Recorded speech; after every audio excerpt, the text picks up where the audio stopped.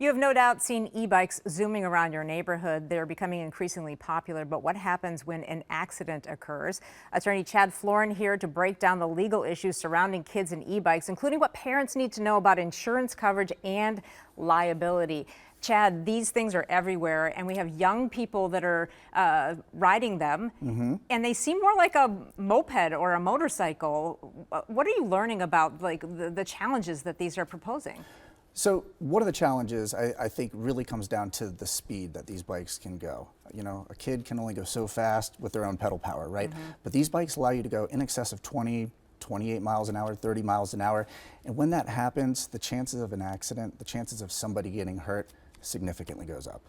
When you learn to drive a car, you have to have a license. There's no such thing for these kind of bikes, is that right? That's right. Now, there has been legislation that has been proposed, however, did not pass, that would make certain bikes classified as e-motos, making it so that they're more or less treated like a motorcycle. So you need a license, registration, insurance, things like that, wear a helmet.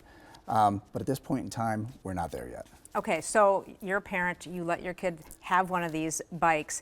You need to know that there are some dangers, and it's not just what could happen physically to your child. Absolutely, and you know, that's always the first concern that you have, right, is can my child get hurt? So make sure they're wearing a helmet at the very least on these things. But you need to know that you are opening yourself up to financial responsibility if someone else is injured on that bike. So say that your kid's riding down a sidewalk and they hit grandma, right? There's a chance that you are going to be sued for their actions. Another way that you could open yourself up to liability is if you're letting other kids in the neighborhood ride that bike. So it's important to know that while these things are fun, they do present dangers not only physically but financially for families. Do you need to change your insurance policy, or is it just best not to let them use these bikes until they're a certain age? Yeah, so you may be able to find insurance policies that can cover you for these types of incidents. That's something that you should definitely call your broker or call your insurance agent and see if you can get coverage.